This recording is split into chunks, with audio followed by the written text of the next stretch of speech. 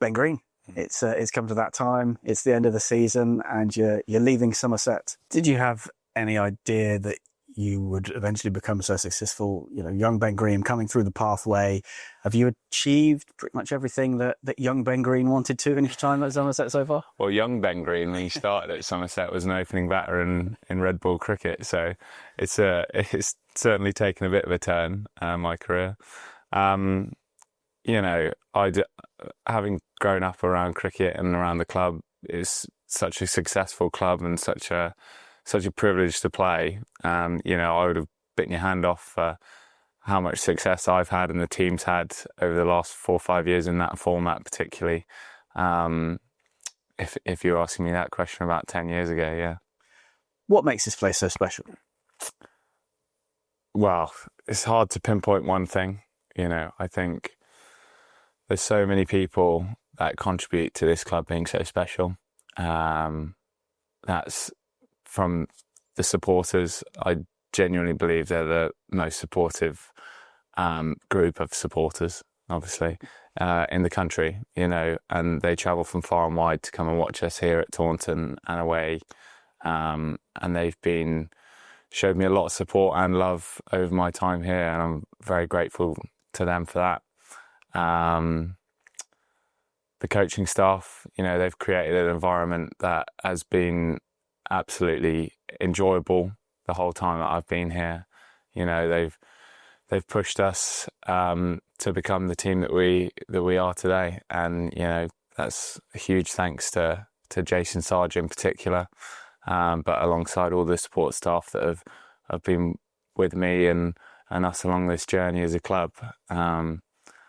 The players, obviously, there's some incredibly talented players at this club that keep pushing each other to get better, and they're a pleasure to be around. You know, I'm certainly going to miss being in that changing room. Does it mean more to you to have won a couple of trophies here because you're local, because you're from the region, and you know there's that huge connection with Somerset and Devon? Has that made it a little bit more special? Yeah, you know, absolutely. This, as I said, this is my home. You know, home. Well, I'm not even away from home because I'm only down the road in Exeter, where I grew up. But you know, I have incredibly fond memories of being a youngster and coming up and watching the likes of Cameron White, Trescothick, although I did get the opportunity to play with Tres, which was outstanding. I think he was a slightly better opening batter than I was. but, you know, I've got such fond memories of coming up. The ground looks very different now. There's been a lot of work that's been put into it, which is amazing as well to see the club moving forward from a facilities point of view. But yeah, I mean, as I say, it's my home. I love it here. And that success is even sweeter. Let's move back to 2023. You said you came into the club as an opening red ball batter. You finished 2023 as, if it hadn't have been for that pesky Matt Henry, you'd have been the leading wicket taker in a Vitality Blast year, which also saw us win the trophy. How did that red ball opening batter become one of the most sought after white ball all rounders in the domestic game? Yeah, I don't know, to be honest with you, Spence. I think it was I'd always quite liked just trying to smack it. And so that probably didn't suit my red ball opening, and probably played more to my strengths in white ball cricket. I suppose I've always prided myself on being quite a good thinking cricketer, and I think that plays to my advantage in the bowling of white ball cricket, and potential element of deception and also execution of different balls at different times. But, you know, I think I got that opportunity when I first came into the team to almost be kind of that number 7 straight away and bowl a few overs when I can. And obviously I got more opportunity with the ball as the years have gone on. But yeah, surrounded by a lot of great players made that job a lot easier for me when I came in as well. Was 2023 your best season? I mean, I'll certainly remember it from Peter Tree, being able to hear Peter Tree go 2 boxes down in the commentary box shouting, "The green machine strikes again." He was funny on comms that year, wasn't he? But yeah, I think it certainly, from a statistics point of view, was my most successful year. And, it was really pleasing that year kind of coincided with a lot of other players being incredibly successful that year and lifting a trophy at the end of it. And that's what we all play for, really, isn't it? Obviously, you've been involved with some great moments on the field. We'll come back to that in a few moments. But you've also been involved in a lot of off-the-field stuff, helped out with the community engagement visits, going to the hospital at Christmas, which I know is one that's popular amongst the lads. And you formed a particularly special bond with young Bodie, who we've spoken a lot about here at the club over the last few years. And I think you gave him a little snake or something which he carried around when we won the game here against Notts. You were shouting "snake power," and it became a thing. And you were his favourite cricketer. And how much of that off-the-field stuff, how important has that been to you, as well as the on-field stuff? Yeah, absolutely. It's massive. I think it's a huge honour to play professional cricket, and I truly believe that. And there's so many people out there that, well, hopefully get a lot of joy from supporting this great club and being involved in this community around Taunton and the wider reach of the Southwest.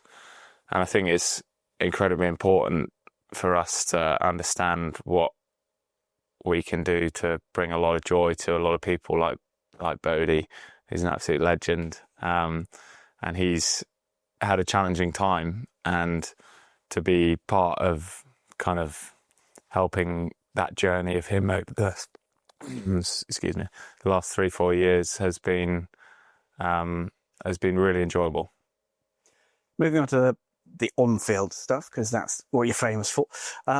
What are some of the moments that stand out for you? And assuming probably the 2 trophy lifts and that monumental score here in the 50 over competition. What are some of your favourite memories of wearing the shirt? Well, I know I've joked about it, but getting the opportunity to make my first class debut and opening the batting with arguably Somerset's best ever batter, Marcus Trescothick, was a pretty surreal way to start kind of that journey for me. Unfortunately, that game was over in 2 days and we tied, if you remember the Lancashire game here at home. So that was an amazing experience for me. As you mentioned, those 2 trophies were, obviously, that's what we play the game for, and I'm sure that there'll be many more trophies to come for Somerset, but I was really pleased to be a part of those 2 trophies as well. You mentioned the 157 that I scored here. That was just one of those days that my first professional 100, and I think I don't know whether I'll ever bat that well ever again in my life, but that was obviously, albeit in a losing cause, was incredibly pleasing to kind of demonstrate what I could do then. Just finally, have you got a word for the punters? We often hear about, you touched on it just now, about them being, the best around. Every player we talk to talks about people coming up to them in the street and wishing them well.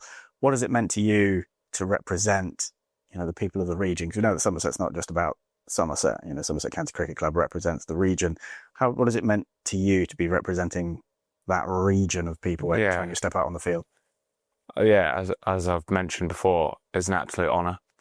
I think there are so many good people and so many proud and loving supporters of this club and the community as a whole that have supported all of us players throughout this journey. It makes it very easy to come and play here, and you're never getting heckled. You're always getting love. You're always getting support, and I truly have felt that.